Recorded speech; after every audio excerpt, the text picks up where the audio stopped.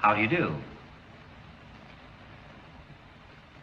It would be a little unkind to present this picture without just a word of friendly warning. I think it will thrill you. It may shock you.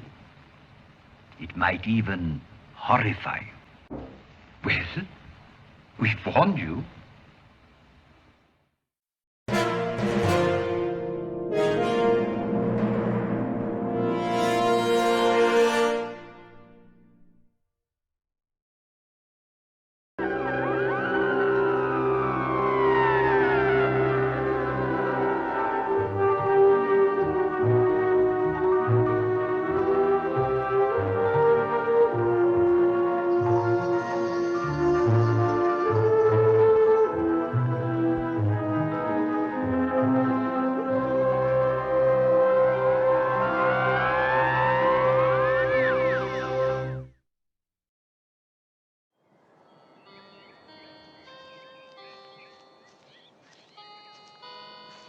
Hello.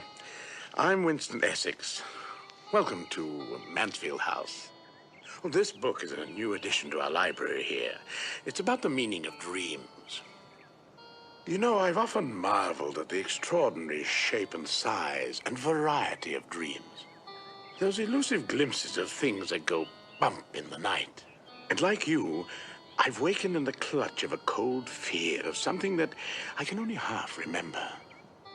Perhaps the stuff of dreams is merely the unfinished business of conscious being taken up by the subconscious, even as we sleep. But could there be more? Could there be some absolutely astonishing hint of things that have not yet happened? And you walk in terror knowing that somehow, and at any cost, you had to keep that terrible thing from happening.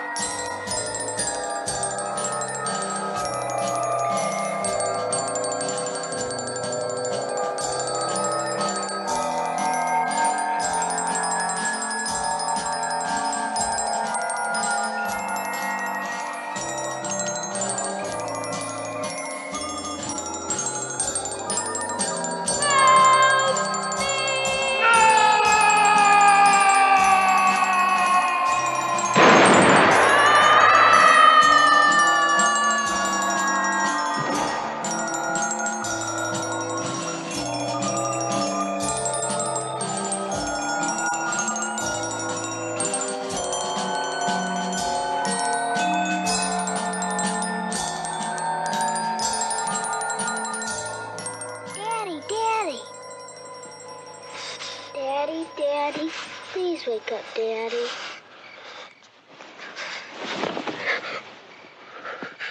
Did you have a bad dream, Daddy? Yes, Sam, yes. Very bad dream.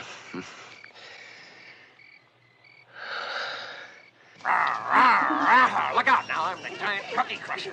I love to crush cookies. Where's it? fresh it up. Hey, do you know how much I love you, Punk? Bigger than the sun and moon and all the planets. That's right. Even bigger. Daddy, Mm-hmm. does everyone have to die? Well, why do you ask that, Em? Susan said it's true. Well, yes, it is. Then who will live in all the houses? Well, we don't all die at once. Daddy, Hmm? is Mommy gonna take me to her house next week? Yes, she is. But my birthday is tomorrow. Well, I tell you what, I think Mommy might just send you a present through the mail like she did last year. I hope it's a doll. Look, a merry-go-round.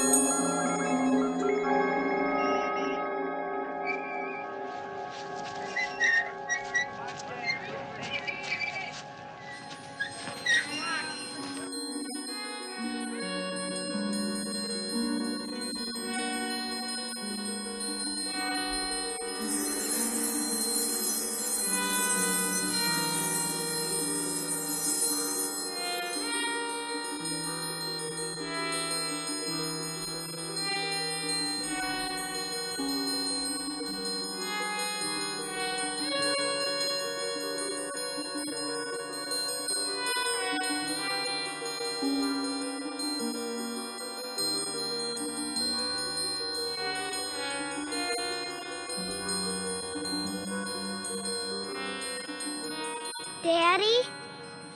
Daddy?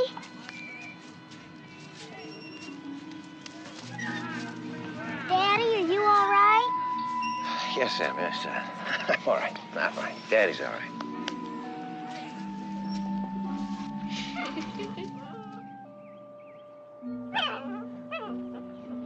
What?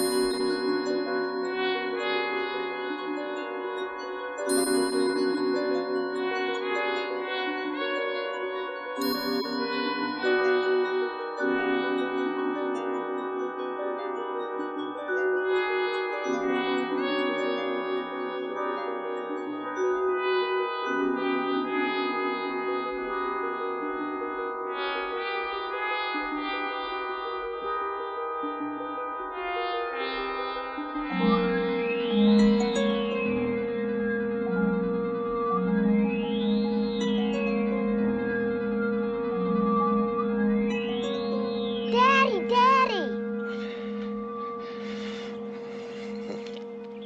Daddy, please wake up, Daddy. Sorry, I'm awake.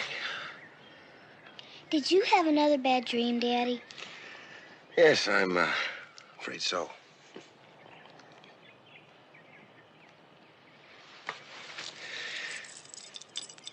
Emily, where did you get that? Mommy sent it to me for my birthday. The mailman said it was for me. I opened it while you were sleeping.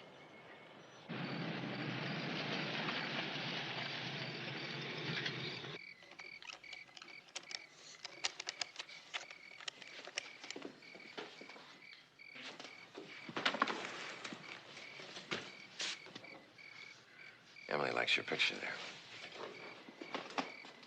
It's a poor substitute for a mother 6 months out of the year.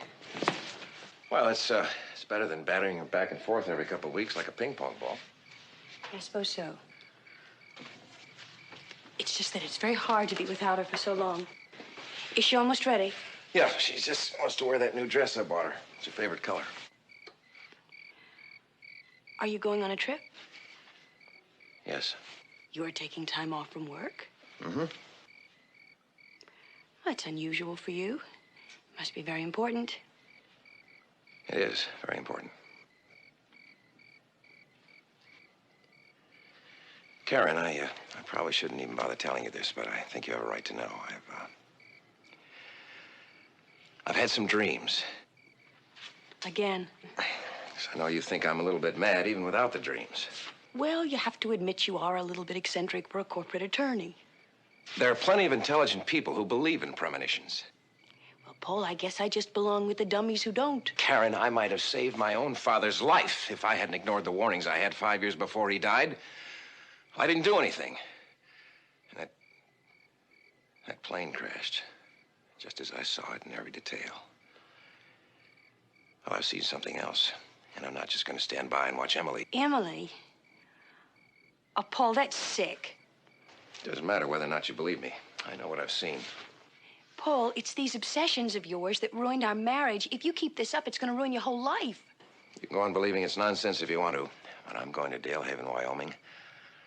And I'm going to find some way to save Emily's life, no matter how long it takes or what it takes.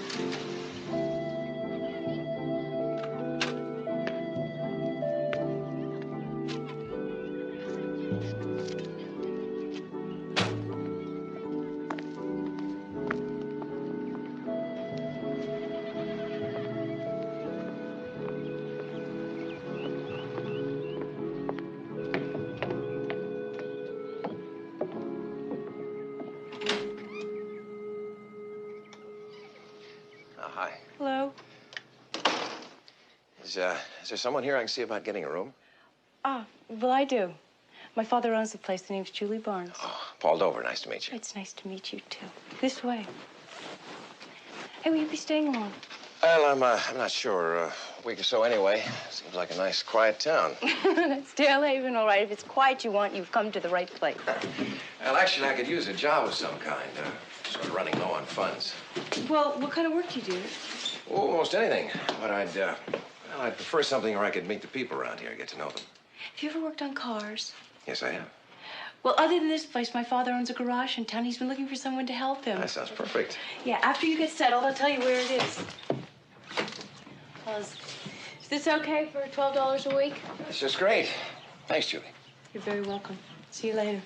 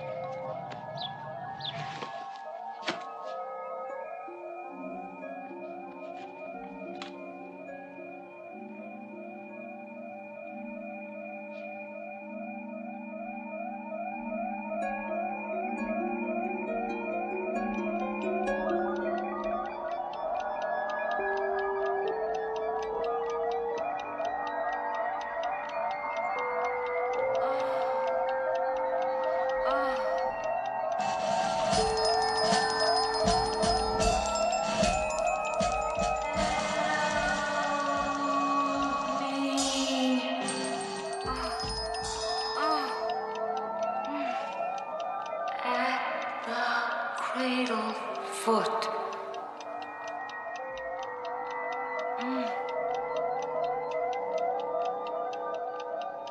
At the cradle foot.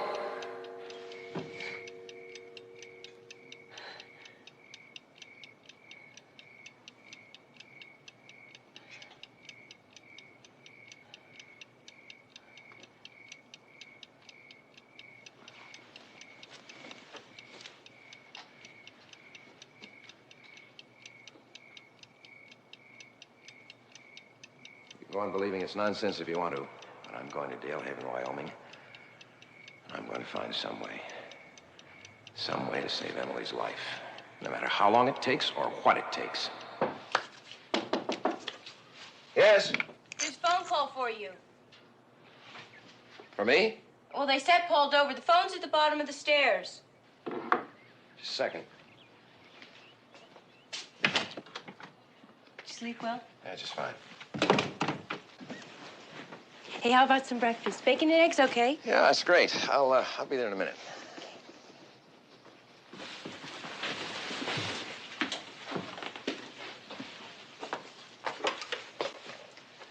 Hello? Paul, it's Karen. Karen, how'd you find me? Well, there are only 2 boarding houses and 1 hotel in Dalehaven, and you weren't at the others. Is Emily all right? Paul, Emily's fine. But something's happened, and I had to call you. I tried to dismiss it as something that my mind just cooked up because of what you told me, but I couldn't do that. Well, what happened? I had a dream like the ones that you've been having. Tell me about it. Well, there was this young woman lying on the ground, and she looked a lot like Emily might look someday. Go on. There was something in the background, and it looked like horses. Carousel horses? Yes, how did you know that? Emily was riding a carousel horse in my dream, and she was shot. What else, Karen? Anything else? Well, she was crying out to me. She was saying, help. Help me. That's all? Well, no, there was something else, but Paul, I don't know what it means. What, Karen? What was it? At the cradle foot. That was it. At the cradle foot. Paul, I'm frightened. Paul? Paul?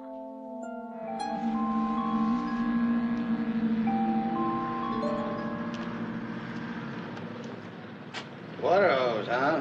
Yeah, I replaced it. Not bad for a college graduate. Sticks out all over you, son. Bet you haven't had grease on those hands in quite some time. There's nothing to be ashamed of. If you can fix a water hose, you're all right with me. Thanks, Mr. Barnes. You and Julie hit it off pretty good. Too bad she's about to tie the knot. Well, she's getting married? I didn't know. I wish she weren't. He's a fast-talking, self-made joker like me. Well, what's the matter with that? Nothing. If you like ending up with a boarding house and a garage at age 57, not bad, but a little education, it might have been a lot better. Bet a fellow like you doesn't stay a greased monkey all his life. Well, I can't say it isn't serving a purpose. I'm gonna get this car back to Mr. O'Brien. I promised you 4-6.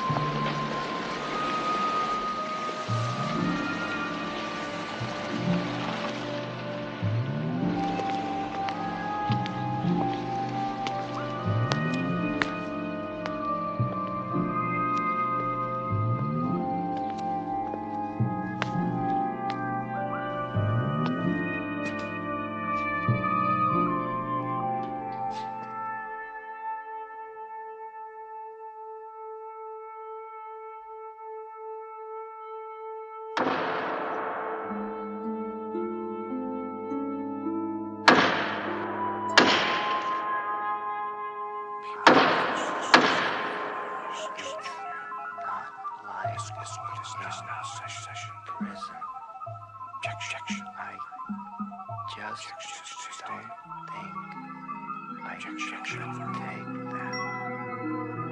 Pretty mighty Moses.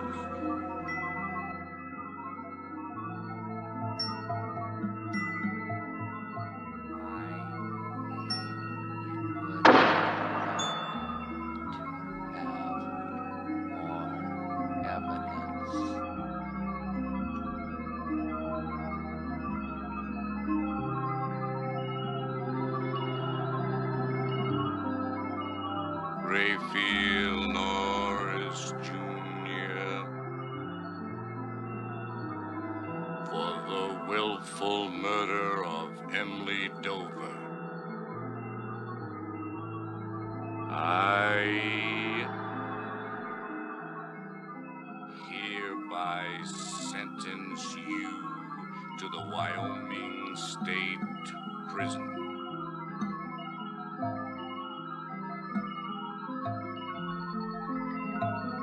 Where you shall remain for the rest of your natural life.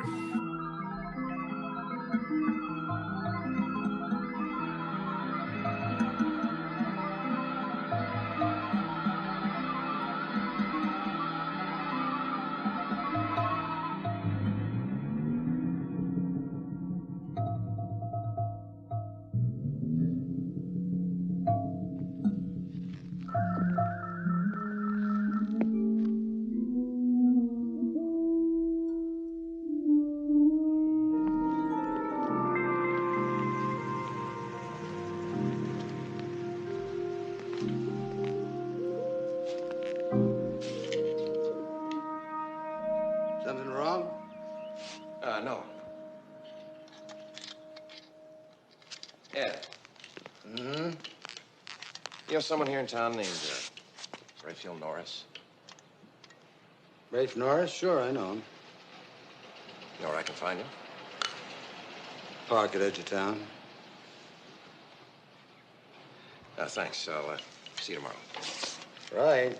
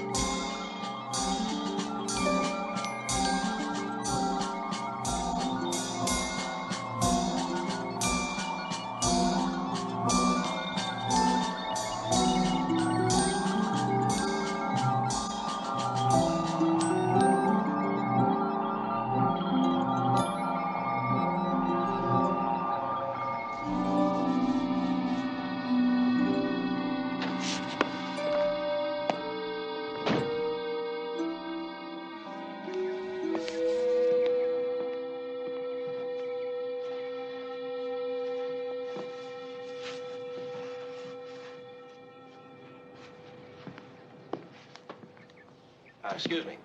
Yeah. You interested in a ride? No, thanks. I'm looking for someone. A fellow named Raphael Norris. You found him. You? Yeah, that's right. But you're not the same as in the courtroom. You're older. I don't know what you're talking about, but I'm Raphael Norris. What's this all about? Oh, it's kind of difficult to explain. You don't have a son, do you? Oh, you're some kind of census taker. Just tell me, do you have a son? No, I don't have a son. I'm not even married. Yet. Give me about a week, though.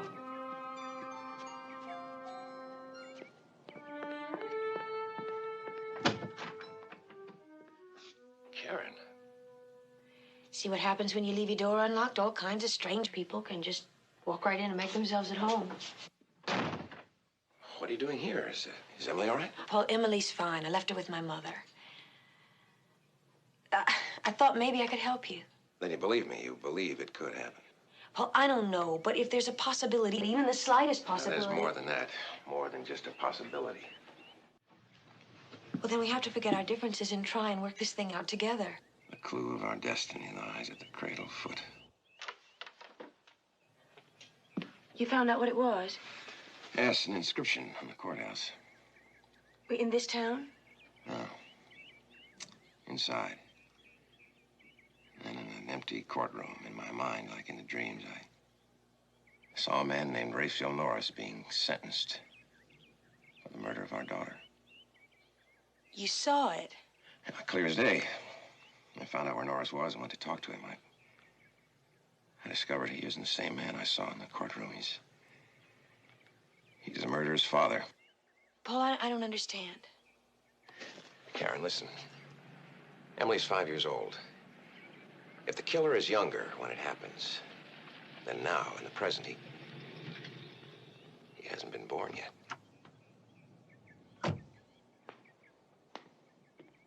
He won't be born either until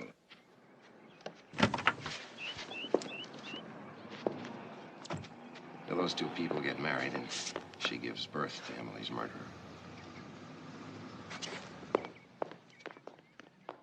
Paul, what can we do? Somehow, some way, we have to prevent the birth of their son.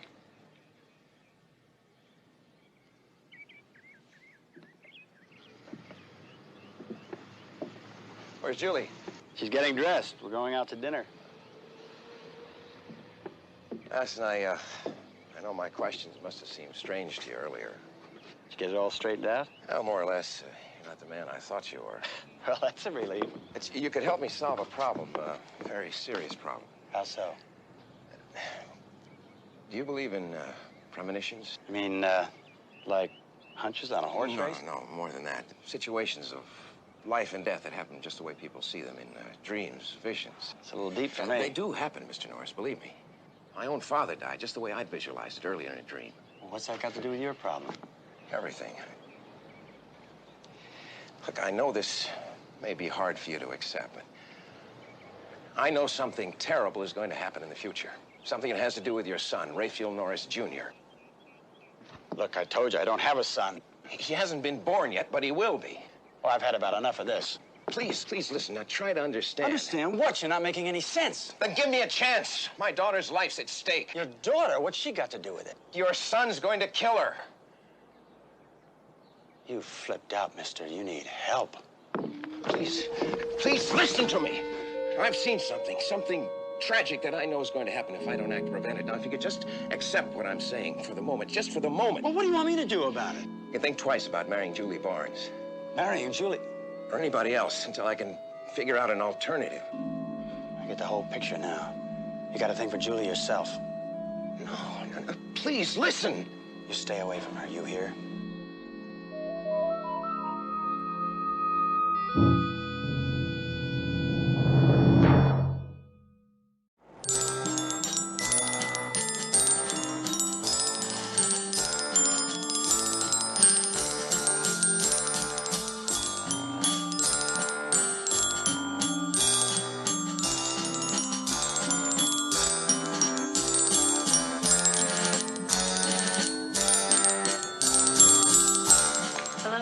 Hi. Where's Norris? Oh, I don't know. He's around. When's the wedding? It's on Sunday. Will you come? No, I'm afraid not. Oh, I'm sorry. I really wish you would. Julie, why are you marrying him? Paul, why do people get married? You don't love him? What makes you say that? Something in your eyes that isn't there when you look at him? Well, then you're not looking close enough. Maybe closer than you think. Julie, you've been on my mind ever since I first saw you. I think I've been on your mind, too. Oh, yes, I wondered about you. No, it's more than wonder. Stronger than that. Paul, there's no point to this. But, Julie, you can't do it. You can't marry a man you don't love. But you're wrong. I love him. But you can't, Julie. You can't love him. Now, listen to me. Believe what I'm saying. You have to love me. You have to go away with me. I told you to stay away from her. We're getting married. Not if I can help it. You can't help it.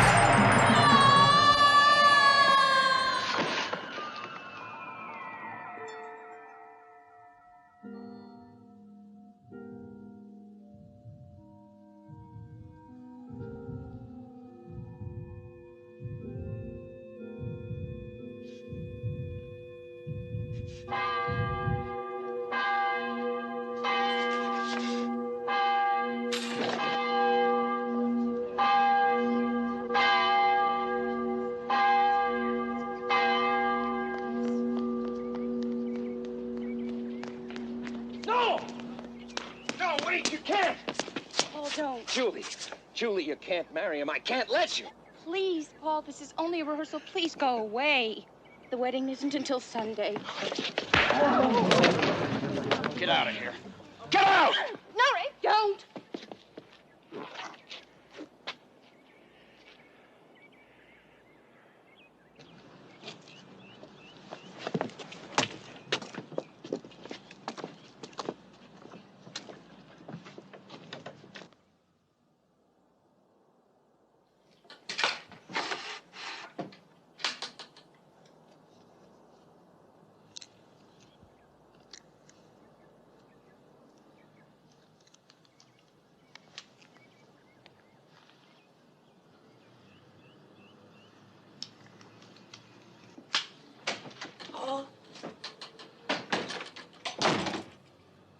I've got to stop them from marrying. I've got to.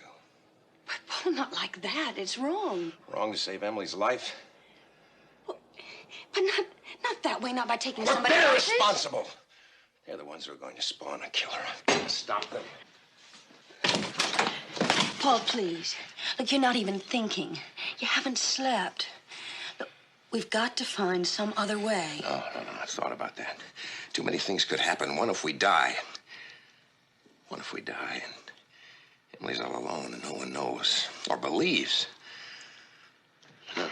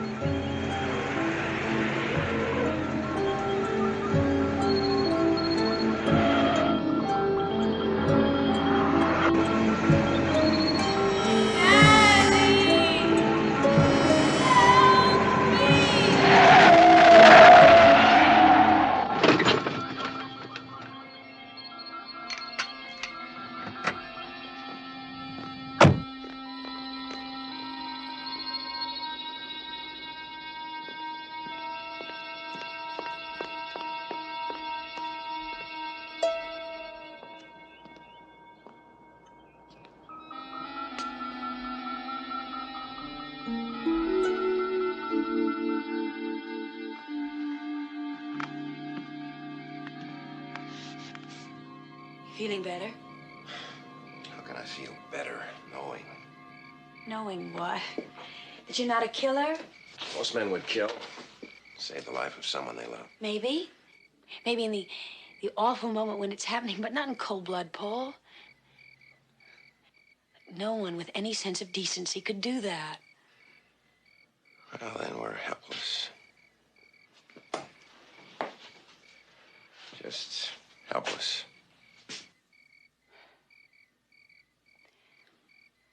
Well, at least some good came out of it. What good? Well, I think maybe we found each other again.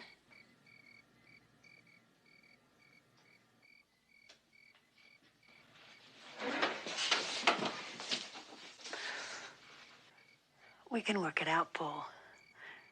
Everything. All we need is some time. Yes. Time. I'm gonna go back to the hotel now. Karen, you can stay here with me if you want to.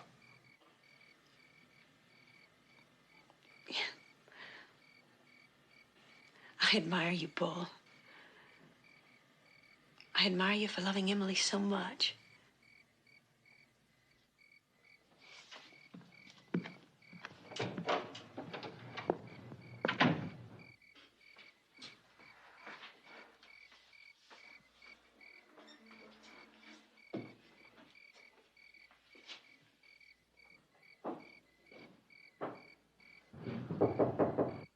Come in.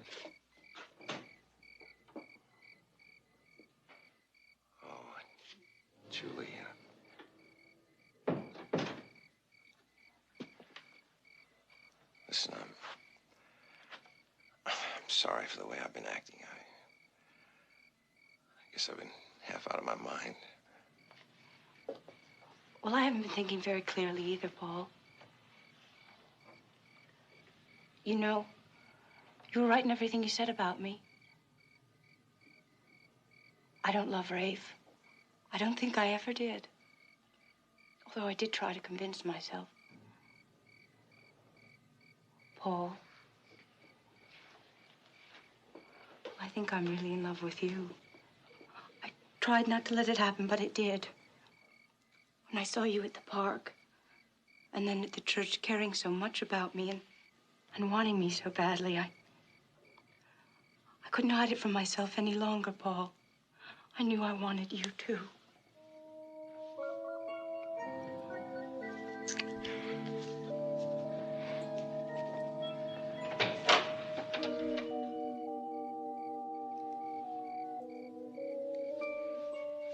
Julie,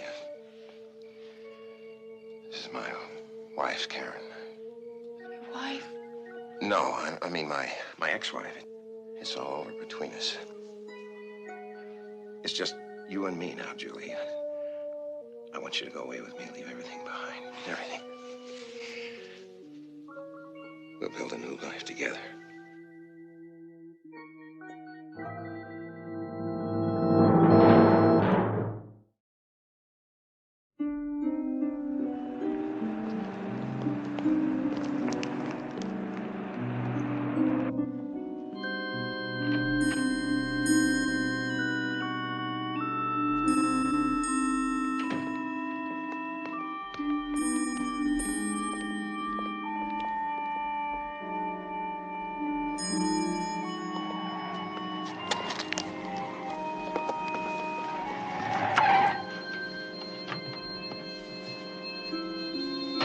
Thought I'd find you two together. No, Ray.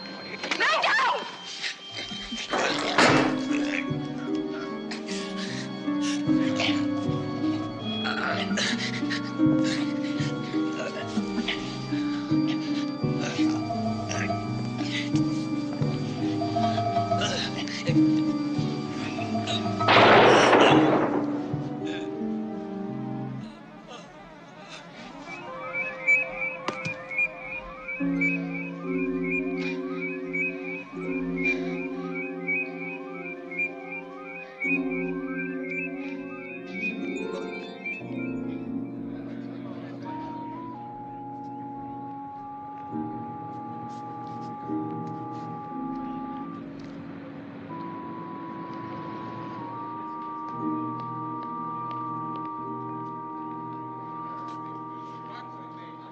Well, they're not holding.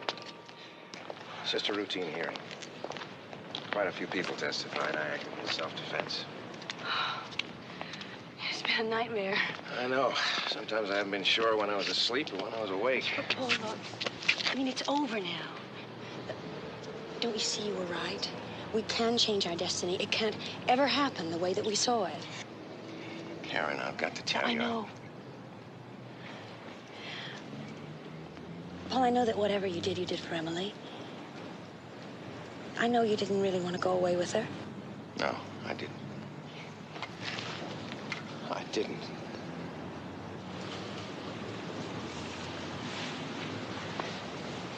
Then we can leave here. We can go home, and you and Emily and I can pick up our lives together. Okay.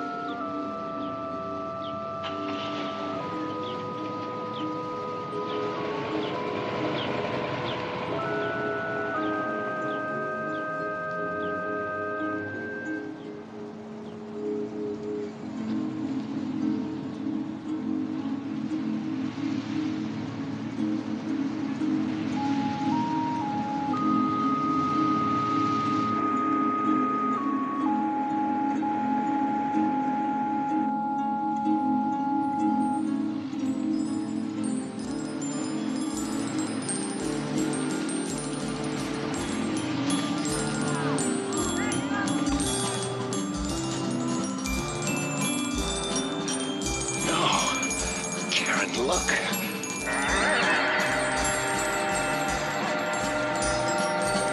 No, it can't be. Paul, how can it be?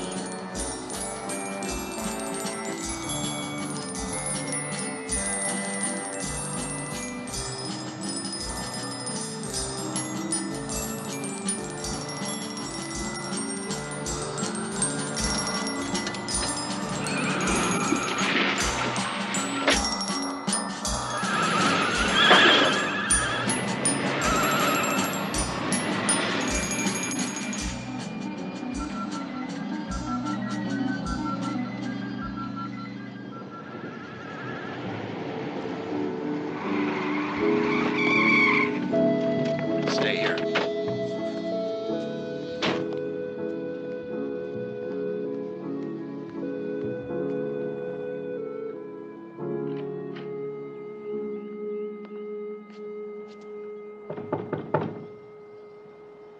Come in.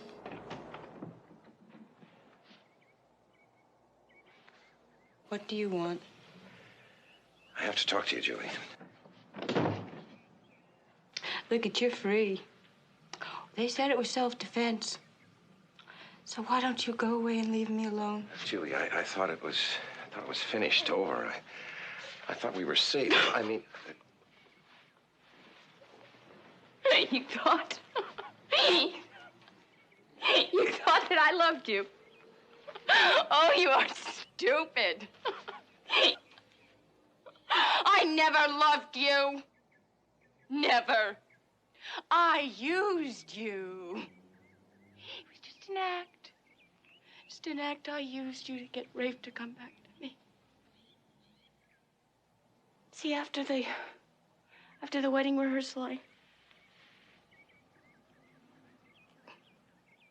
I told him I was pregnant.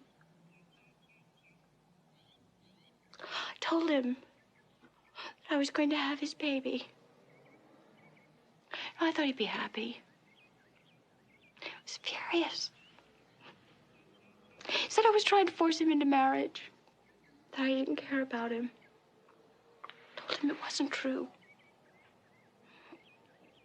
But he wouldn't believe me. He said the marriage was off, that it was through. So I went crazy. I went out of my head, and then I thought of you. I thought maybe that I could make Rafe jealous, make him change his mind. You want to know something? He did change his mind. He came after me, and he wanted me. And you killed him. And I'm gonna have his baby. So you just go away. Go away and leave me alone. Get out of here.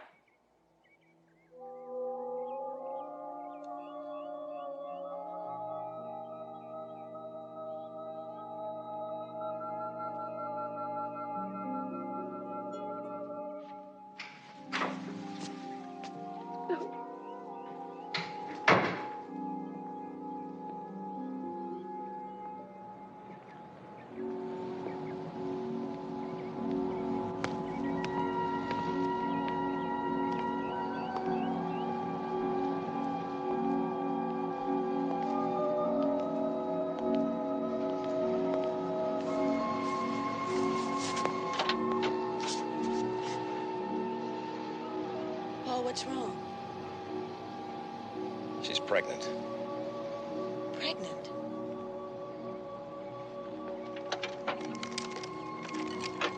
No! Paul, think about what you've already done. What you've caused these people who never even realized what was happening. Look, even though it was self-defense, if you'd never come here, it never would have happened. You've caused a death. Don't you see, you took away the man that Julie was gonna marry. You made her fall in love with you, and you even promised her a life together. What about Emily's life? All we have to do is stay alive, just 20 years. 20 years to save Emily. Oh, we can do it. Together we'll find some way.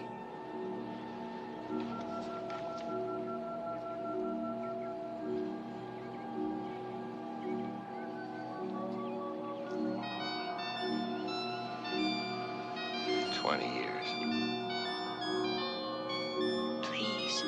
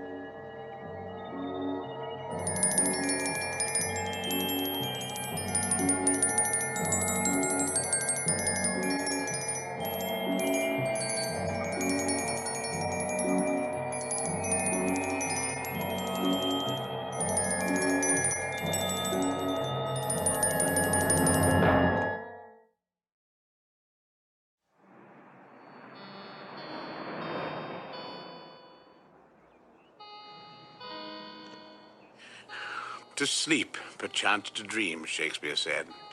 Well, there's no way we can avoid sleep, so dreams must come.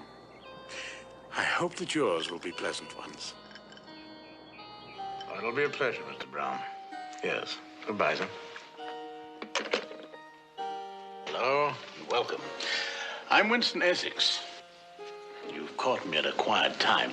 My office here at Mansfield House is usually quite hectic. Visitors coming and going, staff meetings, the telephone ringing incessantly. It's amazing how we take things for granted. Like the telephone, an instrument of communication. It's there for us to conduct business, to make contact with our friends, our loved ones. Even when they're far away, the telephone brings them closer. What a comforting thought to know that we can reach out to anyone in the world in an instant. What if someone was trying to reach out to us from the next world? I wonder how comforting that would be.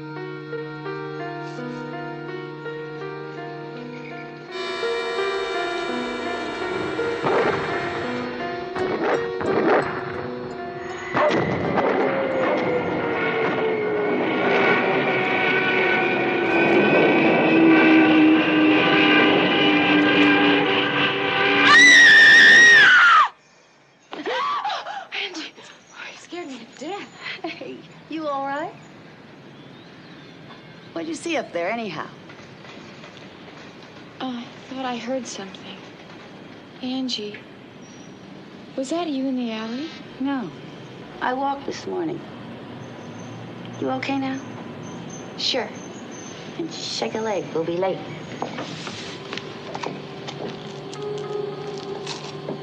Hey!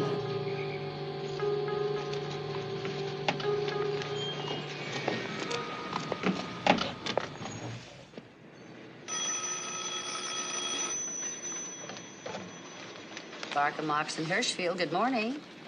Hold the line, please. I'll see if he's in. Good morning, Angie. You're looking exceptionally gorgeous this morning. Still holding.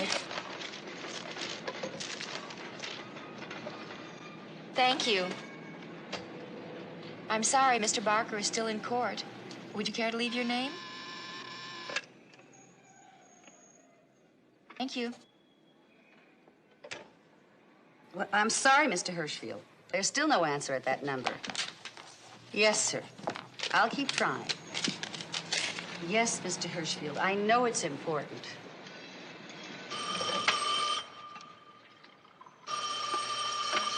I'll get it.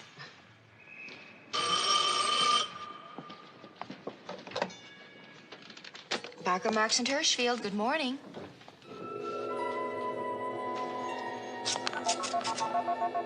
I'm sorry, I can't hear you.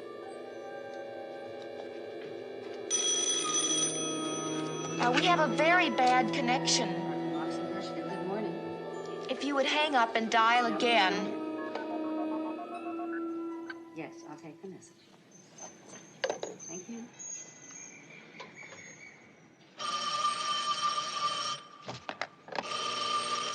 Barker, Marks, and Hirschfield, good morning.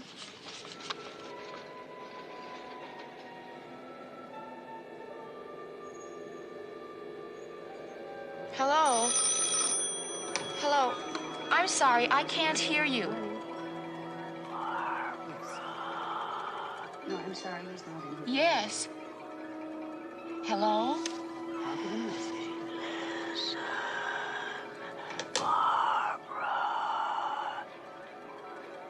Who is this? You must listen, Barbara. Who is this?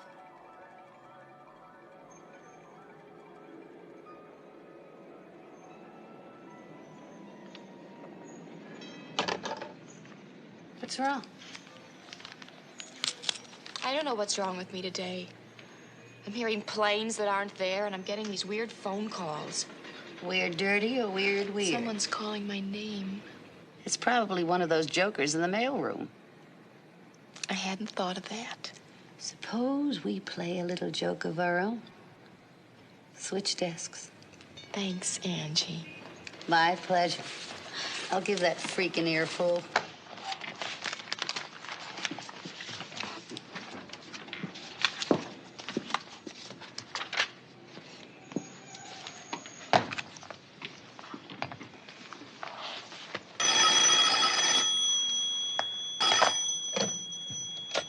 Barker, Marks, and Hirschfield, good morning.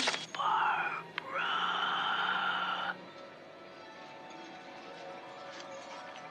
Who is this? Barbara. Love.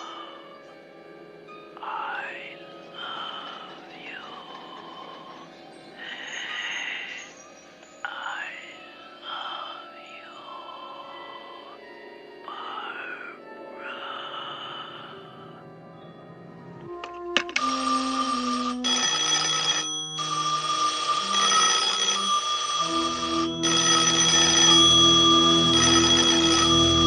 You think the rain will hurt the rhubarb? There's this terrific squirrel migration in Arkansas. I was measured for my shroud today. You're measured for your what? My shroud. No, I was in my office in the middle of closing a deal when two of the guys came in and started measuring me. For your shroud. My shroud. I don't get it. Well, I mean, they said it wasn't a bachelor party they were giving me. It was a wake. I mean, you know, the man who marries has died to the good life. Tell me they were wrong. Suppose they're right. Hey, it was just a corny joke. And a little morbid, too, now that I think about it. Barbara, it's all right, you know. What is? To talk about him, think about him. It isn't that. You mean when I started talking about my bachelor party, you didn't think about Mike talking about his? Michael never had a bachelor party. There wasn't time for one. You know, I married him very soon after we met. Yeah. And when they shipped him out, we were just beginning to really know each other. All right, but it happened. And you loved him. All right, I accept that. I'm not in competition with your memories or with Michael.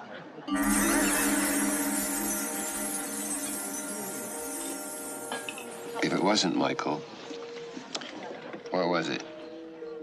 I was thinking about some calls I got at the office today, nuisance calls. You bad? Scary. Very scary. Look, why don't you quit that job right now? You were going to leave it next week anyway. I'd rather stick it out. Maybe it's nothing. I feel it right now. Well, if it happens again, I want you to know that I would be very happy to take you away from all that right now and start keeping you. In the style to which I'd like to become accustomed. Exactly the style I had in mind.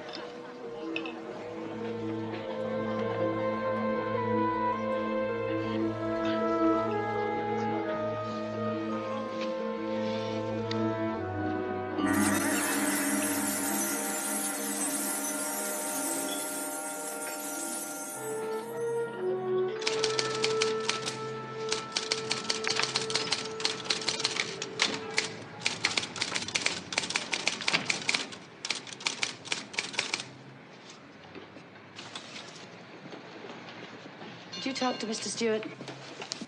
Yeah, he said he'll report it to the phone company. Which means he'll do absolutely nothing. Barker, Marks, and Hirschfield. One moment, please.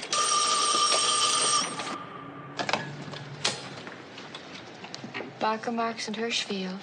Barbara, remember the promise. The promise. You're going to die. You're going to die.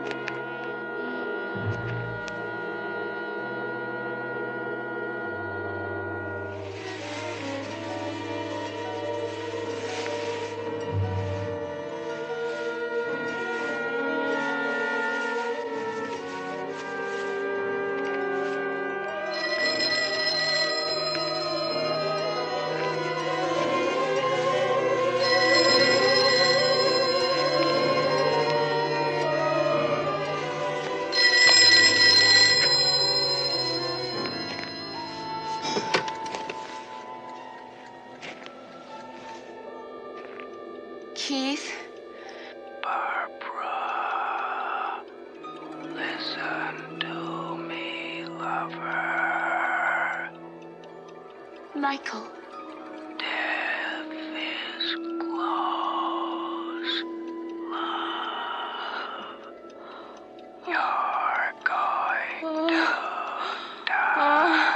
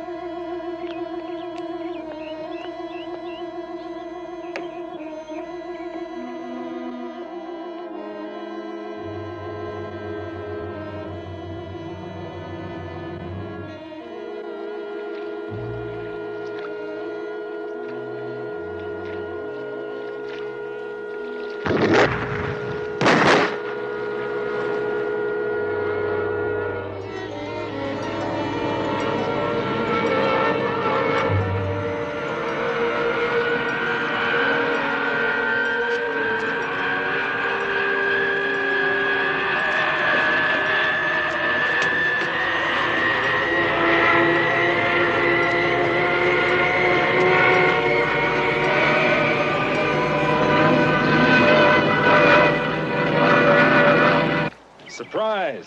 And a nice one. Hello, Ed. I was beginning to think we were never going to see you down here again. It has been a while. Your neighbors miss you.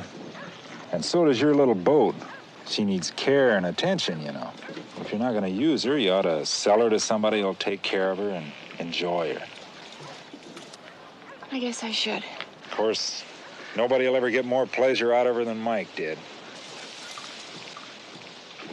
Oh, I'm sorry. It's okay, Ed. We could talk about him. Well, I've thought about it a lot. Mike must have been hurt bad before he ever climbed into that raft after the plane crashed, or otherwise, you know he'd have found some way to sail her to port. Still, maybe he was luckier than that other fella, drifting all that time, watching his buddies die, and then dying himself, just after he got spotted. Yeah, do you think you could recommend a broker who might sell the promise for me? Sure, I know just the man. Say, it's funny you turning up this way. Why do you say that? Well, a couple of days ago, I was here. I looked over this way, and there was a fella seemed to be checking out the promise. I thought for a minute it was Mike. I know that's impossible, but just for a second. Did you talk to him? No. The time I strolled over here, he was gone.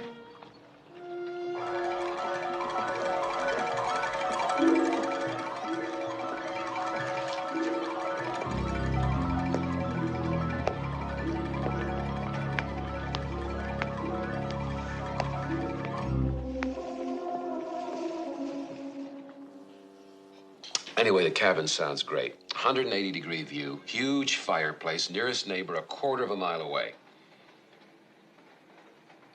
No television, no telephone. I'm sorry.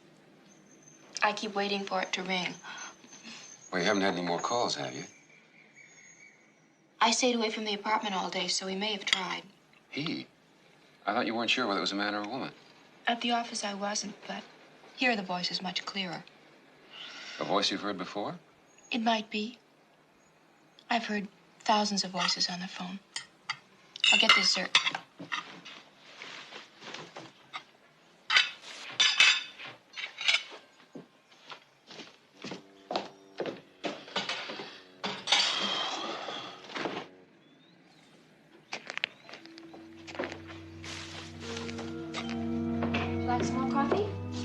Just serve the dessert and sit down. What is it? I think there's someone on the roof. On the roof? Yeah, don't look up. Look, you just, start eating the dessert. And don't watch me.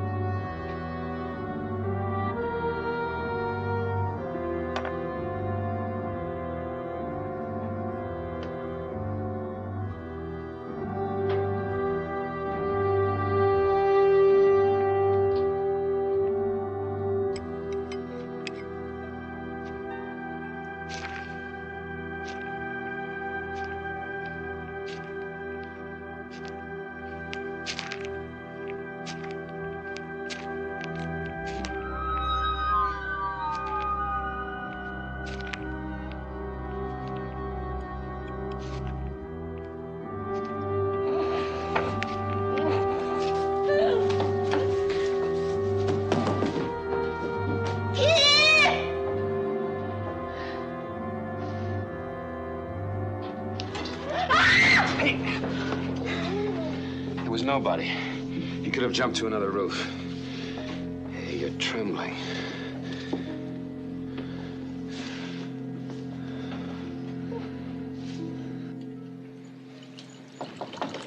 Yes? Thank you. There you are. Thanks. Shepard? So in addition to these crank phone calls, Mrs. Shepard, you also feel that you're being watched? Well, the other day, the day I got the first calls, I did have the feeling someone was watching me in the parking lot. But you didn't actually see anyone? No. And last night? I thought I heard someone on the roof. Well, maybe a stray cat. Maybe. And maybe someone could have jumped to the next roof when I went out. About the calls, have you noticed any particular pattern? They come in the afternoon, at night, in the office, at home. You're going to die. Death is close. Sounds like a threat. You're getting married soon. Next week. Well, maybe the caller's just a disappointed boyfriend. Somebody who's uptight because you rejected him. I don't think so, Sergeant. Well, at least it's a way to go. Now, if you will give me a list of possibilities, then I can look into it. A list? I can't even think of a single person. What about Steve? No. Who's Steve? My first husband's brother. I went with him for a while before I married Michael. You still see him? Not in months. He's married now anyway. I broke up with him a long time before I married Michael. Well, it was a thought.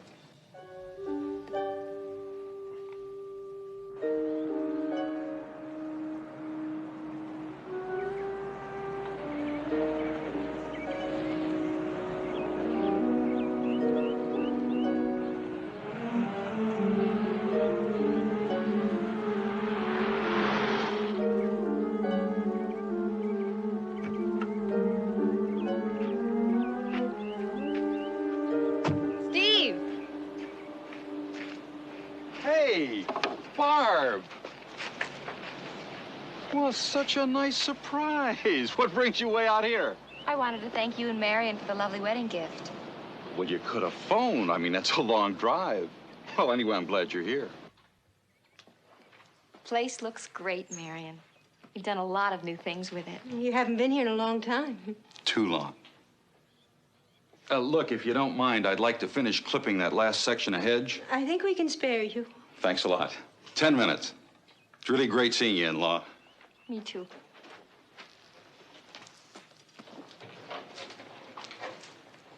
Marriage certainly agrees with Steve. Well, didn't you think it would? Well, he did work pretty hard at being the carefree bachelor. I guess he was just waiting for the right girl. I like to think so. I'd forgotten this. Captain Bligh and the Mutineers. That was the day Steve asked me to marry him. Inspired by the good example Michael and I set. Barbara, why did you come to see us? We haven't been very close, not for a long time. Maybe not ever. I'm getting phone calls. What? These strange phone calls. Like what? Threatening, frightening. The police seem to feel that the person making these calls is someone who might have been interested in me, who would resent my marrying Keith. Someone like Steve? I don't really think that. But you're here. Look, Barbara, I know my husband. Whatever he felt for you once, he was very happy for you when he heard you were going to marry again. We both were. I believe you. Don't be angry with me, please. I'm sorry. Marion, you know, if that wasn't Steve's voice... You couldn't recognize the voice? At first, I wasn't sure, but now... Well, maybe it's all my imagination. Kind of a guilt reaction. What are you talking about? I heard Michael's voice. It was Michael's voice I heard.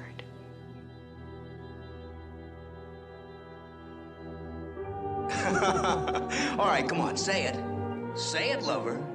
Come on. I'll always love you. Promise me. I promise I'll always love you.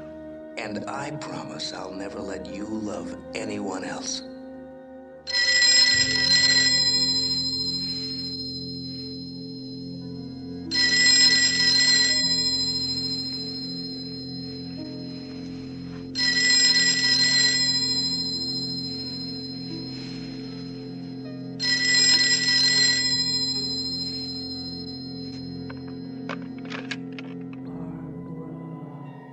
I'll keep my promise.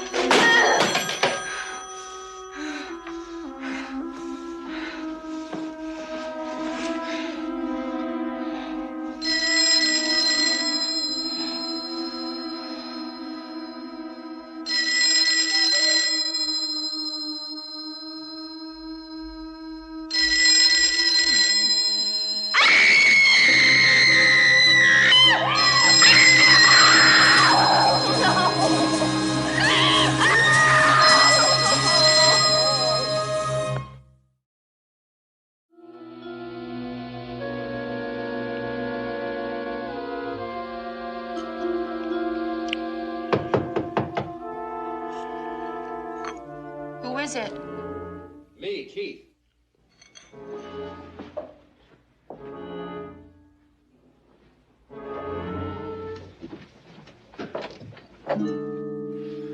Barbara, I've been worried. I've been calling. Your phone is out. What happened? I haven't wanted to tell you. I haven't known how to tell you. Tell me what? What's going on? I know who's been calling me and why. Okay. Who and why? It's Michael. It's my husband, Michael. You thought it was Mike's voice? It was Mike's voice. Was someone imitating him? Does that explain how this phone kept on ringing after I did this?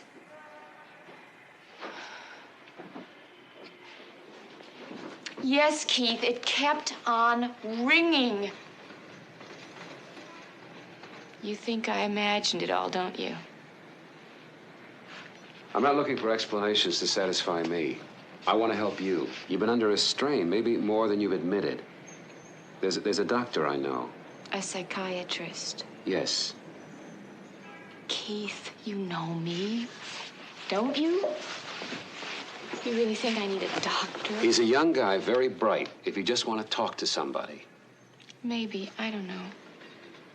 I'd like to work it out for myself. How? What are you going to do? I'll need some time. Keith, I'd like to postpone the wedding. Why? I don't know if Michael wants me to marry. Barbara.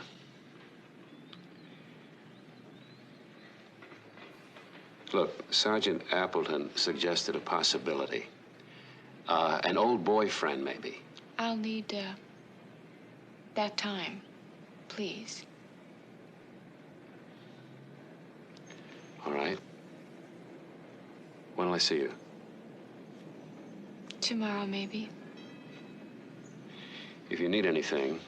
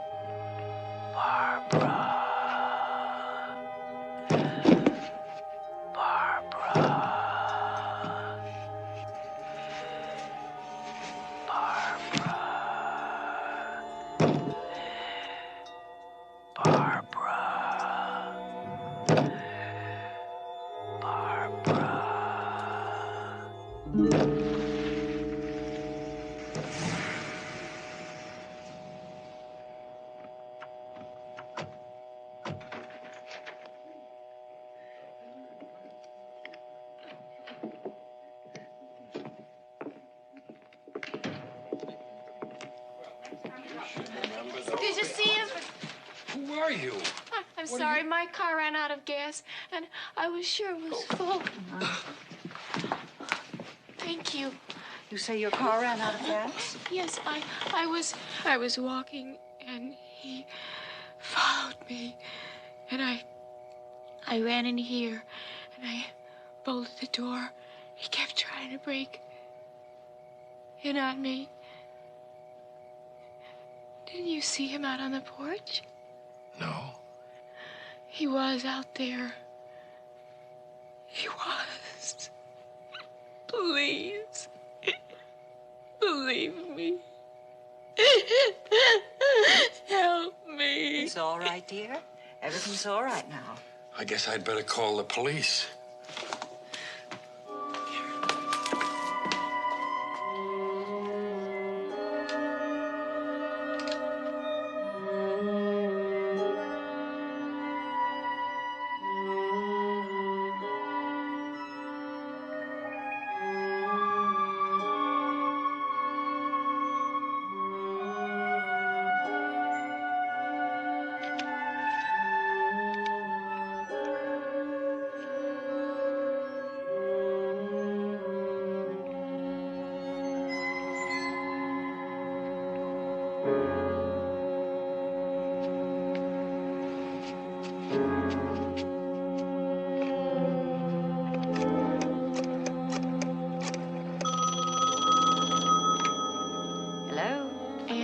Barbara. Hi.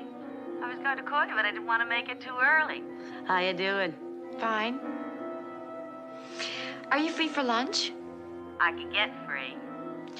If tomorrow's better for you. No, this other's just a coffee clutch here in the building. Let me check and I'll call you right back, okay? Okay.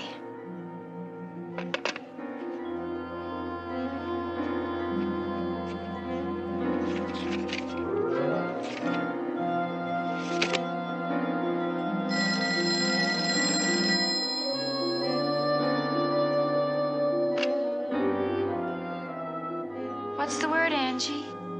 Barbara. The promise. Remember. The promise.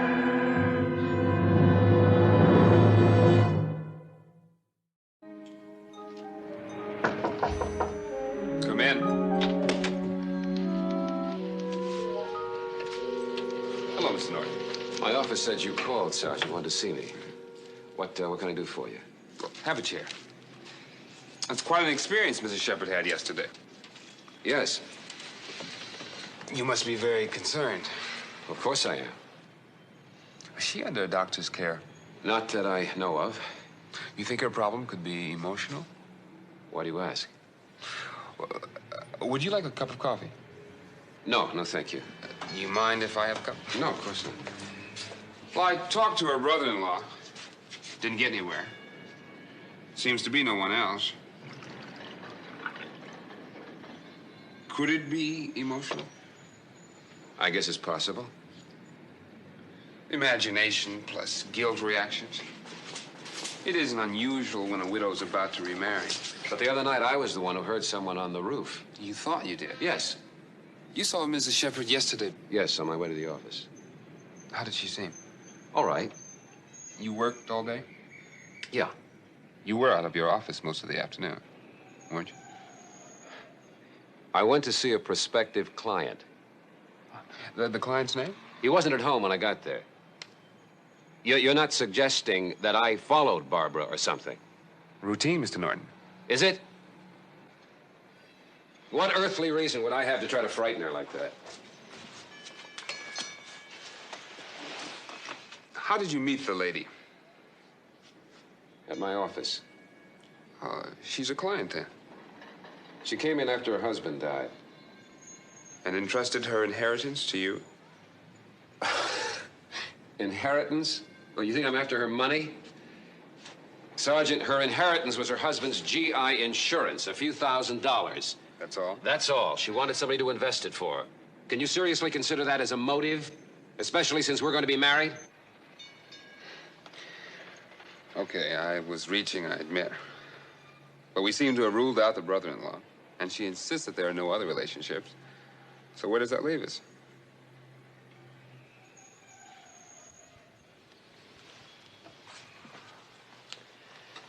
Sergeant, I'm going to level with you. She thinks she's identified the voice on the phone. Go on. She's sure it's Mike Shepard. Her dead husband? Mr. Norton, what the lady needs is a doctor.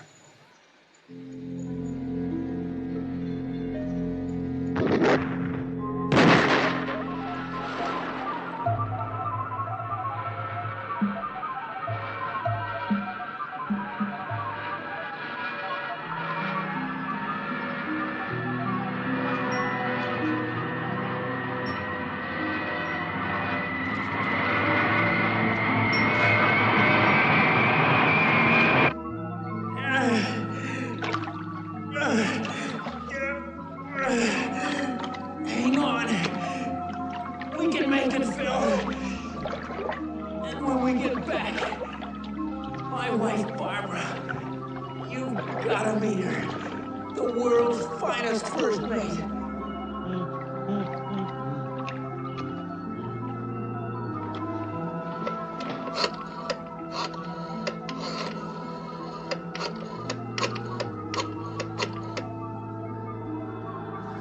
Keith. Barbara. Barbara. Michael. What do you want? What is it you want? The promise. Remember. The promise.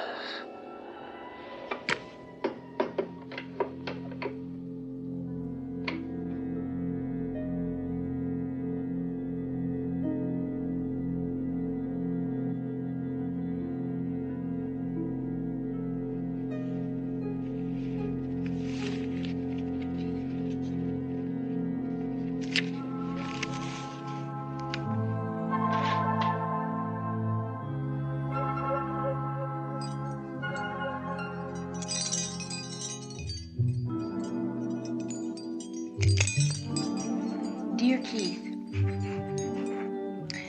I want you to know that I love you. I'm very frightened, but I'm very aware. Somewhere, somehow, a part of Michael is reaching out for me. I don't know what will happen, but thank you for loving me, Barbara.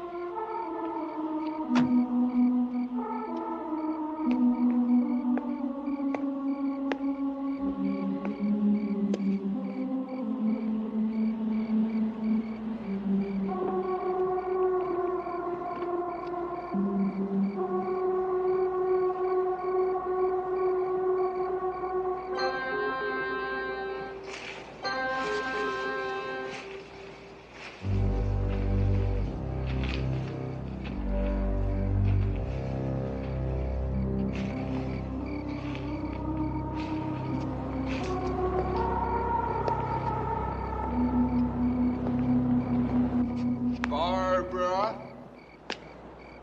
Michael? The world's finest first mate.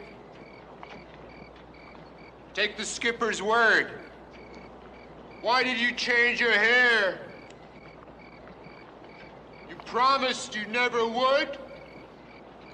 Changes. Too many changes.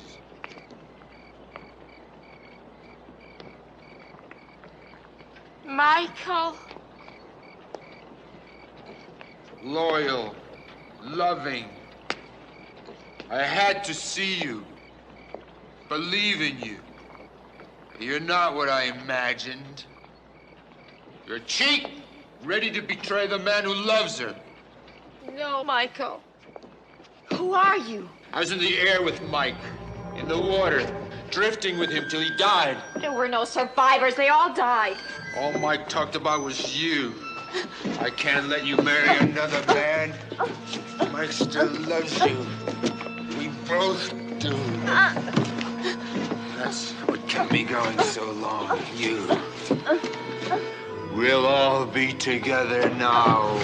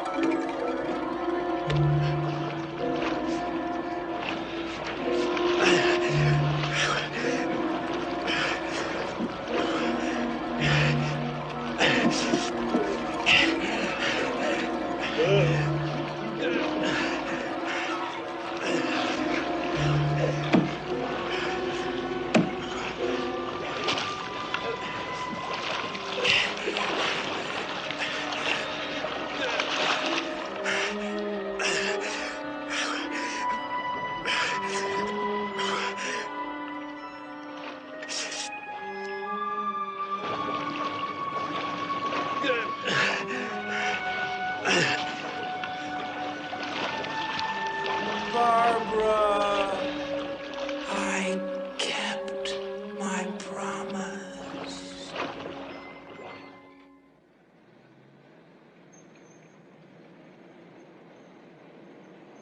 It was him. You don't believe me, do you? He's been dead for over a year. So he couldn't have followed me. And he couldn't have tried to kill me last night. They dragged the whole lake. And found nothing. And the phone calls, you think he made those too? No, they were from Michael. But I was wrong. They weren't threats. They were warnings. Warnings? He was telling me I was in danger. And when he talked about his promise, he meant his promise to look after me, to protect me no matter what. It was Michael who saved me last night. I don't have to prove it. I know it. He saved me, and then he released me. If you still want me. I don't understand it. I'm not sure I'll ever believe it. I'm just glad you're safe here and with me.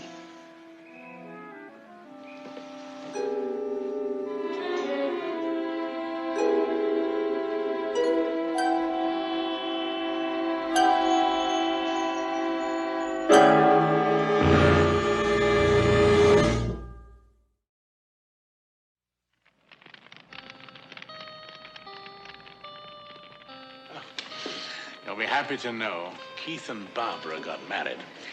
As a matter of fact, they're honeymooning here right now. I have a message for them.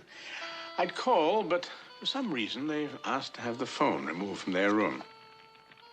Oh, well, people in love are entitled to their little idiosyncrasies.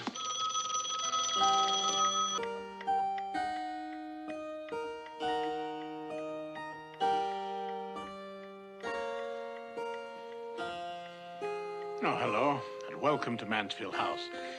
I'm just checking this watch of mine. It tends to be unpredictable. Sometimes a few minutes fast, sometimes slow. And in our hectic world, time is of the essence. So,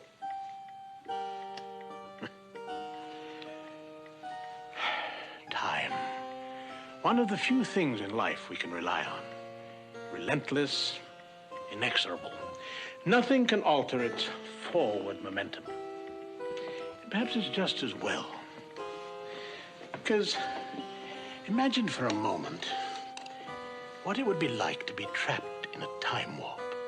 A suspended moment forced to repeat over and over a series of terrifying events, unable to alter them, doomed to live and relive them again and again. Like a woman who was a guest here once, a woman who spent her summers in a very strange house where time stood still.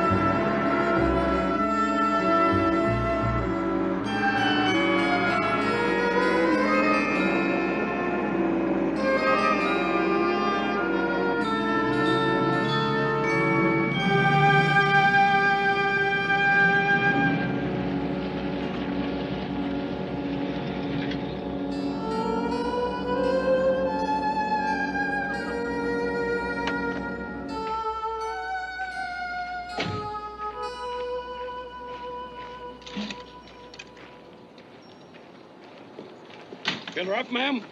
Hello, Sam.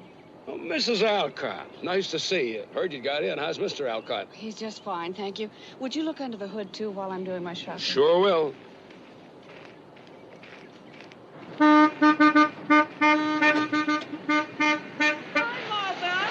Martha. Hi. You look fantastic. So do you. You lost weight. I know. I just shifted it around a little. When'd you get in? Oh, late yesterday afternoon. I'm here in town stocking up the pantry. Tell Andy that we'll be unpacking today, but we'll get out on the lake early tomorrow. Oh, great. Andy's not here yet. He's still in the city.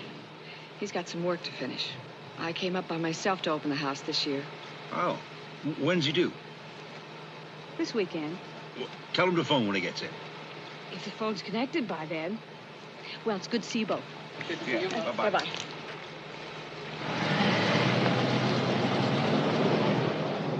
I thought you said you called Andy's office yesterday.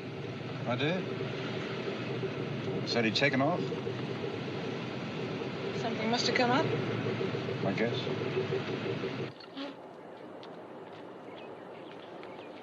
Will Mr. Alcott be wanting the boat this summer? Yes, of course he will. He'll want to make arrangements at the lake. Oh, when he gets here. When he gets here. I came up ahead of him this year. That's funny. The Gerald said they saw him getting in late last night while it was raining. They only thought they saw him. Shall I pay for the gas, Sam? No, that's okay. Mr. Alcott usually pays at the end of the month. All right.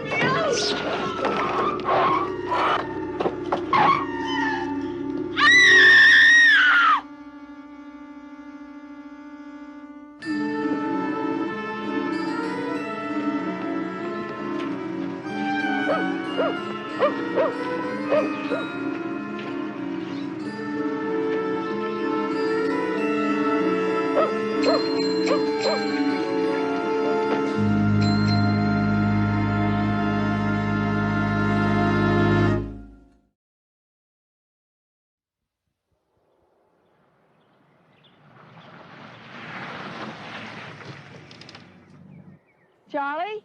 Hi, Charlie. Hey, Martha. Hey, it's good to see you. I heard you were here. Yeah, how are you? Where's Andy? Oh, he's still in the city. He had a heavy workload to clean up. That's funny. I thought the Gerald said they saw him When did you get here? last Thursday. I'm alone, too. Connie went to visit her mother in Boston for a few days. We're both batching it. There is a local gardener in Lakeview. Oh, excuse me. A landscape architect who can get these plants in order for you and put down some mulch. Of course, you will have to do your own watering. You never did think much of gardening anyway, did you, Martha? Mm-mm. Andy loved it. Mm-hmm. Loved the garden and this house. Grew up here, didn't he? He was born here. Hmm. You all right, Martha? You look a little peaked. Oh, I'm all right. You sleeping okay? No, as a matter of fact, I'm not sleeping very well lately. I guess it's a strange bed. You know, it takes a couple of nights to get used to it. Last night I had a dream, a nightmare. Oh. That was a wild thing, all mixed up. Well, watch it, watch it. That's poison ivy. Look, there's more of it along there. And those berries over there are poisonous, too. Well, you never used to have that sort of thing around here. I guess Andy used to keep it weeded, huh? Haven't you got any pride? This house. You never did like this house. I've always thought what a wonderful wife you were to spend your summers here, just because Andy loved it so. Funny he'd let you come up here by yourself this year. Well, he had a lot of work to do. So long, Martha. Goodbye, Charlie. Oh.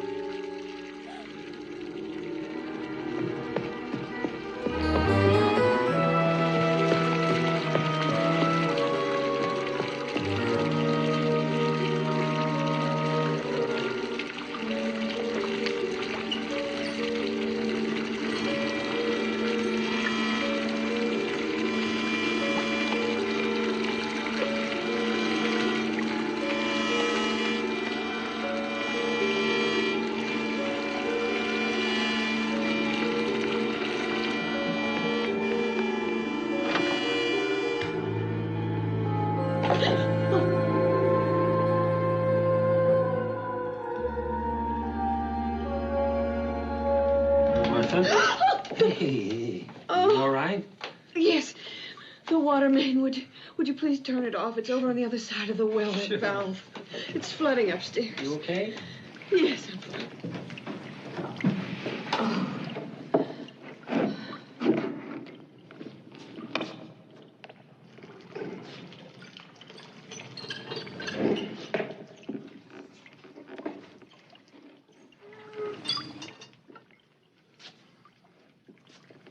Martha, you shouldn't leave the cover off this well. It could be dangerous. Would you put it on for me, Charlie? Sure.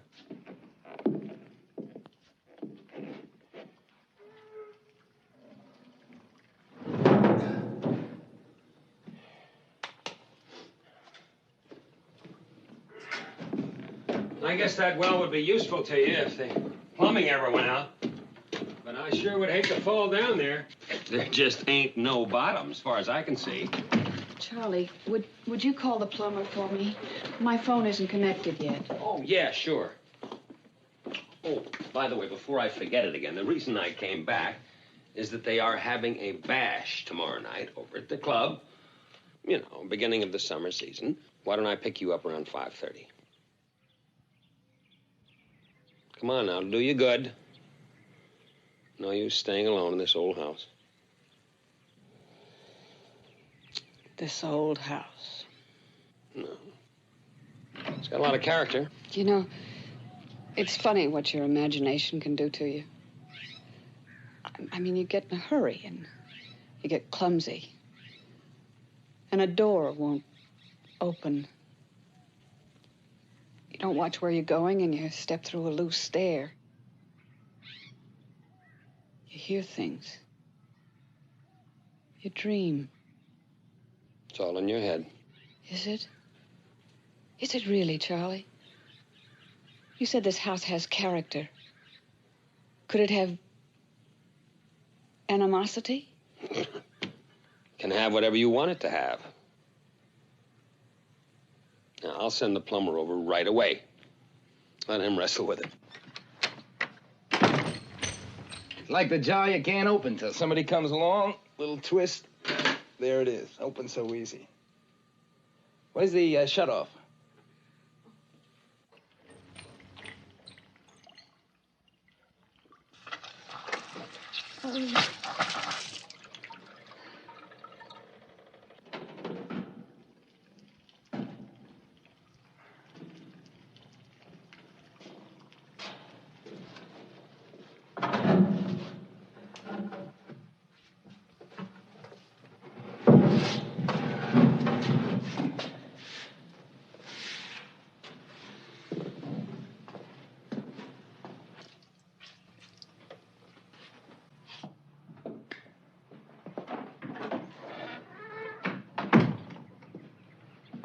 All set. Thank you. You all alone here, Mrs. Alcott? Yes, why? I mean, I'm alone now, but my husband will be coming up pretty soon. Well, until he gets here. And after he's here, I'd keep that cover on the well down there. It was on. It was on, wasn't it? Cover was off. I put it back on. Bye now.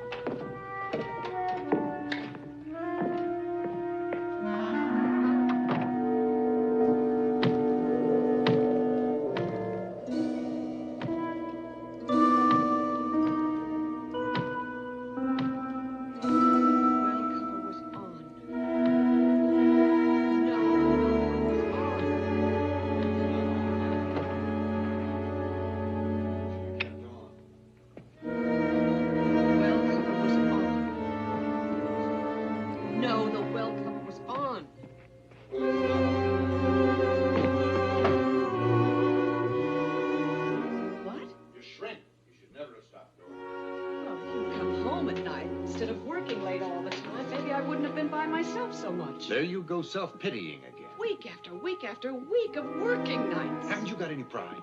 Pride? You haven't got any pride. You haven't got any dignity or pride. I hate this house. Why don't you find somebody else? A lover. Have an affair. You're the one that's having the affair. Oh, Martha, you're so childish. I didn't have to guess, you know. I knew you were having an affair. Treating like a leech. Cheat. Where's your pride and your dignity? You better cheat all your life.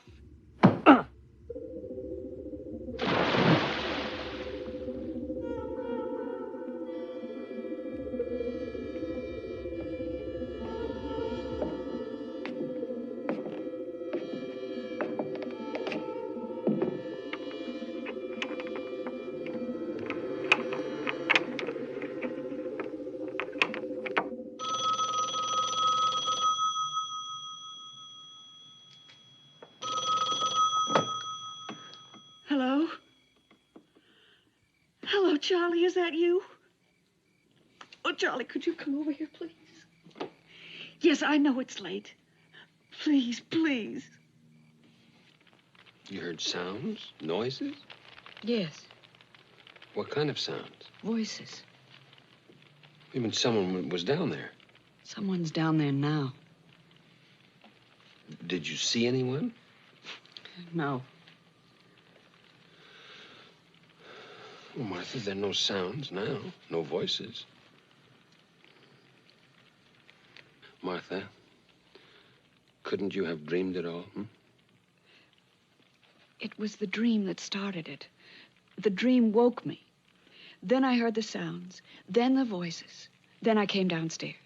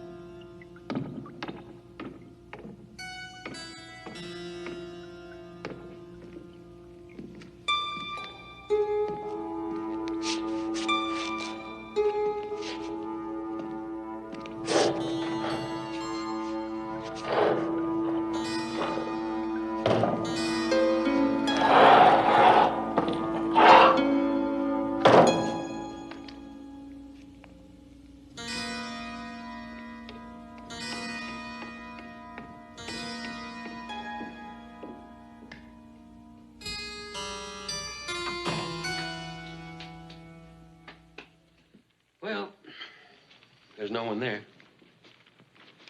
Oh, by the way, did the plumber show up? Mm-hmm. He's a pretty careless fellow. He left the cover off the well. Left the cover off? I mean, it was only half off. I put it back in place. Thank you. Thank you for coming over. I'm just glad your phone was connected so that you could call me. So I could call you? Oh, it's all right. I hadn't gone to bed yet. I was just reading. So I could call you? Hmm?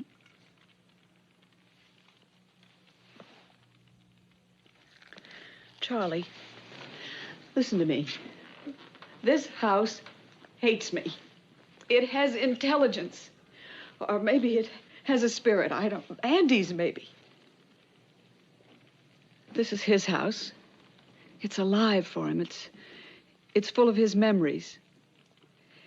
Do you think it's possible that the house could love him because he loves it and hate me because I think that I should stay on here tonight. It's everything. It's the voices and the noises, and especially that well down in the cellar. Do you know the house locked me in down there yesterday? It snapped the lock as though it was trying to force me to stay down there. Hey, now that's wild. I'm really speaking metaphorically, Charlie. You know, I once read a book called The Perversity of Inanimate Objects. Charlie, do you think it's possible for things to be willful? Things. Can things be menacing? I'll stay down here. I can use the couch. You're a good friend, Charlie. I'm all right now, really I am. You sure? Because I don't mind. I'm positive. I'm very, very sure. Besides, I'd never be able to tell Connie that it was all innocent. Well, now you be sure and call me if I there's will. anything you need. I will. Okay. Goodbye. Good night. Thanks, Charlie.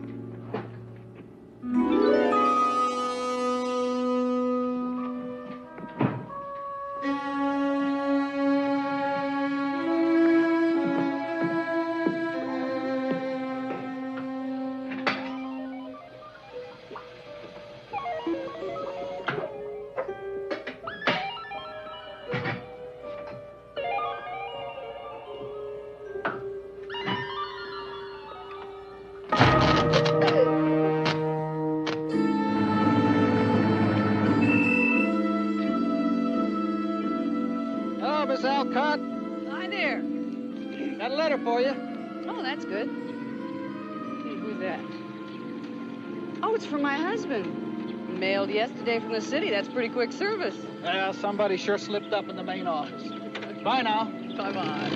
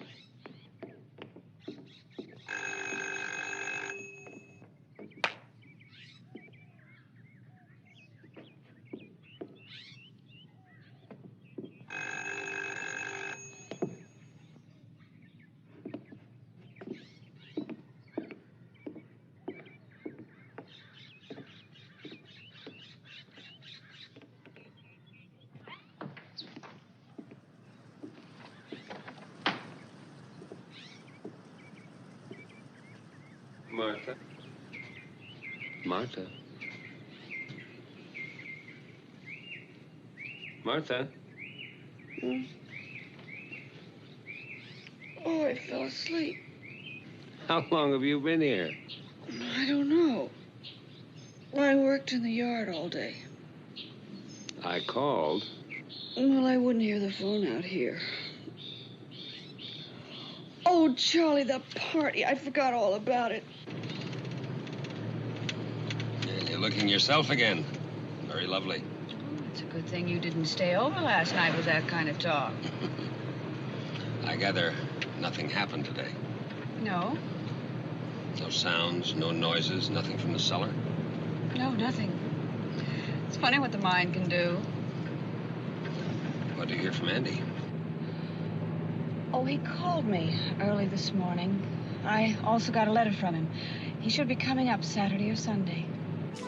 Hey, there you are, Martha. Hello, Walter. Hey, Charlie, good to see you. Come on in. There's some people you haven't met yet. I'll get you on the golf course as soon as possible. You'll have to shape up a little before you can catch me. Hi, Martha. How are you? Hey, everybody, gather around, gather around. Look who's here.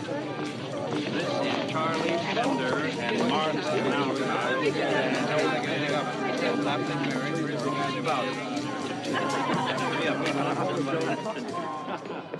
Make it light. Dinner. Oh. Thanks, Charlie. I needed that. Well, I'll tell you what's really happening. It's not what you've been told about the fiery place. Having the reel run back again and again. There's a phone call for you. Long distance. Thank you. Excuse me.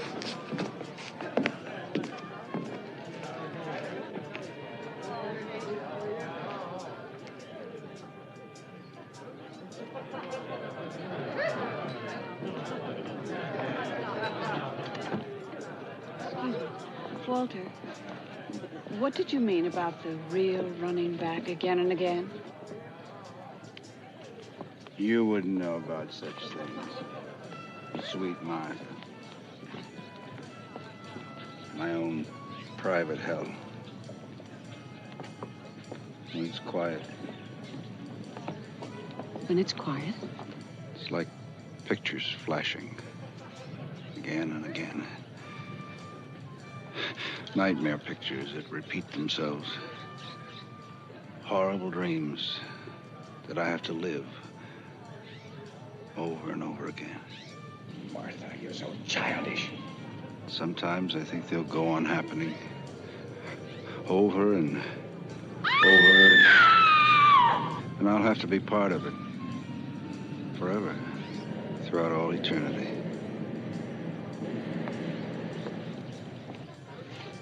See what that old demon rum can do to you? Far out, huh?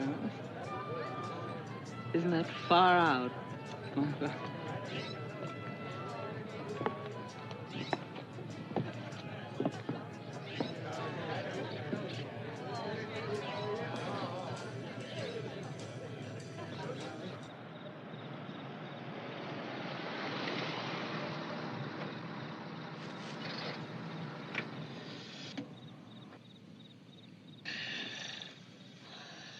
Is something wrong, Charlie?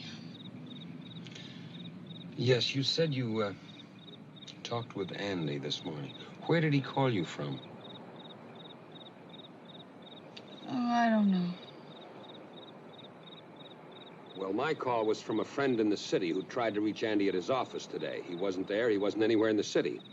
They said he'd already come up here. Now, Martha, I think we ought to talk about it. It's pretty important. I think we should talk this thing out. Oh, it's starting to rain. Martha, please. Oh, Charlie, let's talk about it tomorrow, please. In the morning. We'll talk about it in the morning, all right?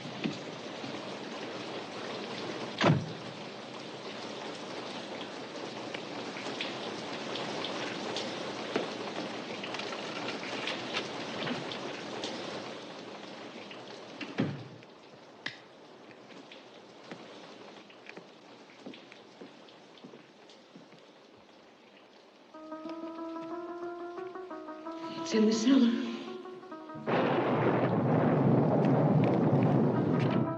Charlie. Haven't you got any pride?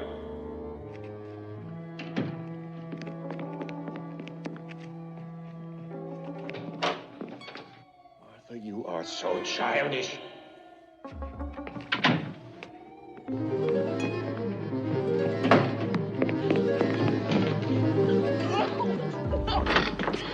Hanging like a leech.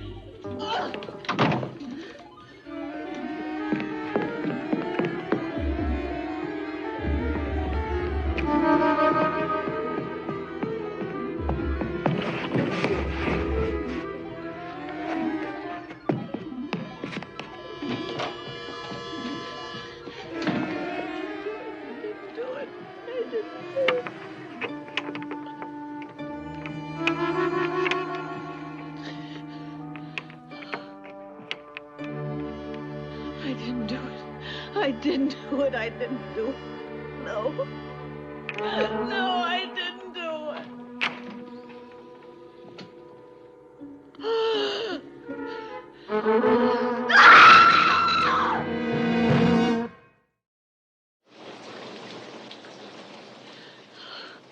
What are you doing on the floor? Go away. Get out. Get out. Not right now, if you don't mind. It's pouring outside.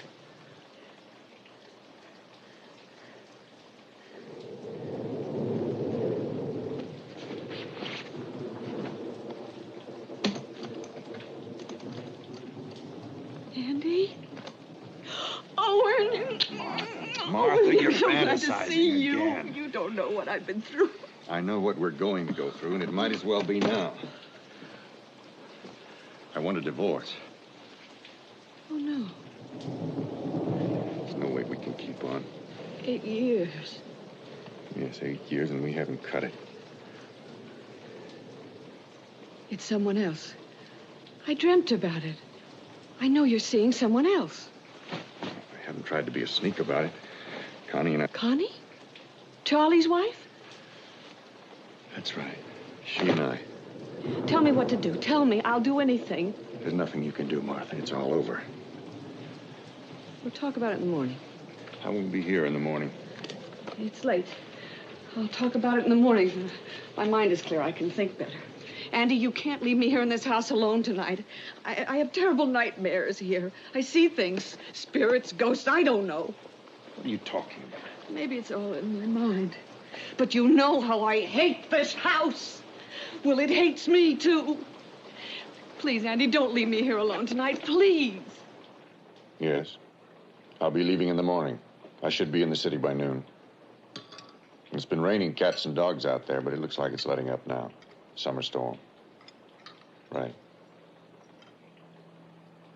Yes, of course I do.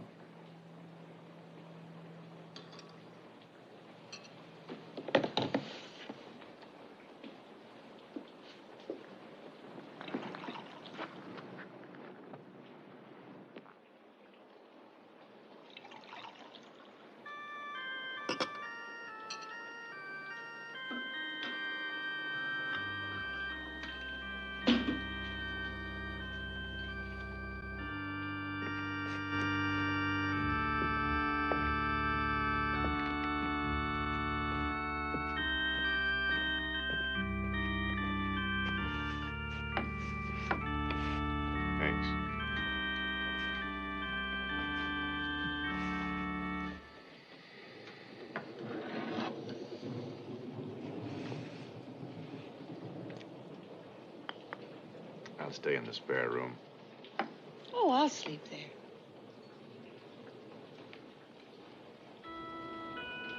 I guess. I wasn't trying to hide anything. You know, it's funny the frantic things you'll do when you're threatened. When your whole world is crumbling and you're out of your head with fear and grief. You want to strike back. I fantasized, Andrew, about killing you. I even worked out the way I was going to do it. Oh, don't worry. I'm rational now. But I must have felt guilty about thinking about it, especially in this house. Isn't it amazing the things your mind can do? You can be guilty just thinking about something. Maybe it's just as well I'm staying overnight. Does Charlie know? Yes, I think he does. Got that phone call. He was trying to tell me about it, I think. Nobody knows you came up here tonight. Just Connie. This could be 1 year that I came up early to open the house. Well, we'll talk about it in the morning.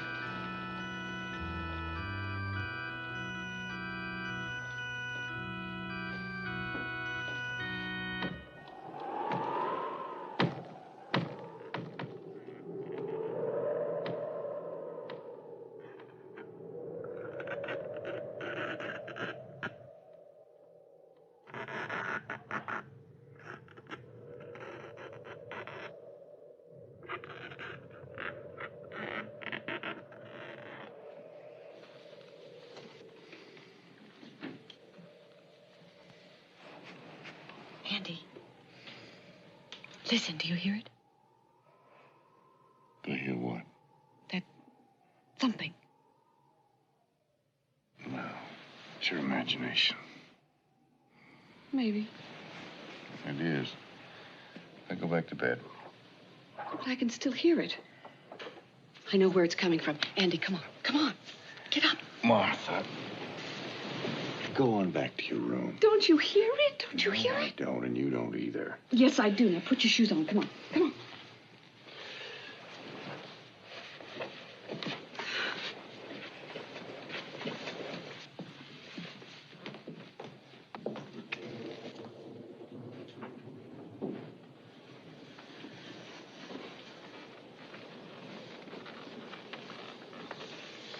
It's in the cellar.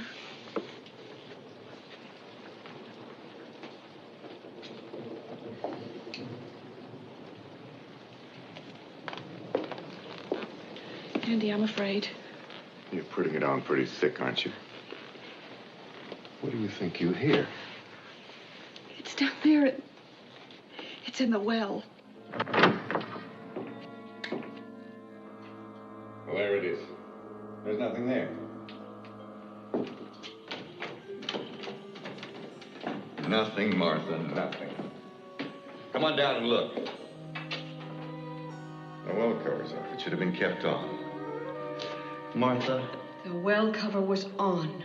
Well, it isn't on now. And there are no noises. And you shouldn't have given up your doctor. What? Your shrink. You should have never stopped going to him. Well, if you'd come home at night instead of working late all the time, maybe I wouldn't have been by myself so much. There you go self-pitying again. Week after week after week of working nights. Haven't you got any pride? Pride? You haven't got any pride. You haven't got any dignity or pride. I hate this house. Why don't you find somebody else? A lover. Have an affair. You're the one that's having the affair. You're so childish. I didn't have to guess, you know. I knew you were having an affair. Clinging like a leech. Cheat.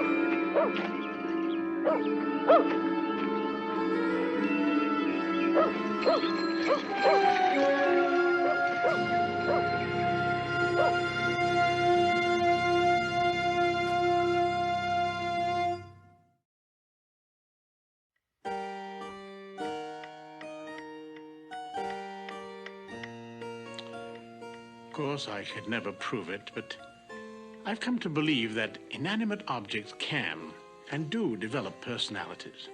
And like people, some may be good, some evil. Like Martha Alcott's summer house. That poor woman, stuck in time, doomed to repeat over and over again the murder of her husband. Oh, wait a moment. Perhaps she hasn't done it yet. Perhaps she only dreamed of doing it. Or is it merely what she intends to do? The line between imagination and reality can be very fine at times. Very fine indeed.